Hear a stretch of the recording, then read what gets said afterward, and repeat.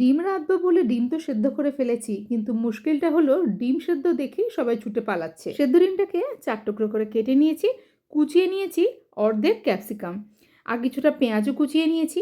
এখন এই 4 টুকরো করে কেটে রাখা ডিমটাকে একটু ভেজে নেব অল্প নুন আর গোলমরিচ দিয়ে। ভিডিওটা ভালো লাগলে অবশ্যই একটা লাইক করে চ্যানেলটাকে সাবস্ক্রাইব করে পাশে থেকো। এই শীতে বেশি বাসন ফেলতে আমার মোটেই ভালো লাগে না। ওই ভেজে রাখা ডিমটাকে চাইলে তোমরা তুলে নিতে পারো। আমি ওই ভাজা ডিমের মধ্যে দিয়ে দিয়েছি কুচুনো পেঁয়াজ আর ক্যাপসিকামটা। খুব বেশি কড়া করে ভাজার দরকার নেই, একটুখানি নাড়াচাড়া করে নেব।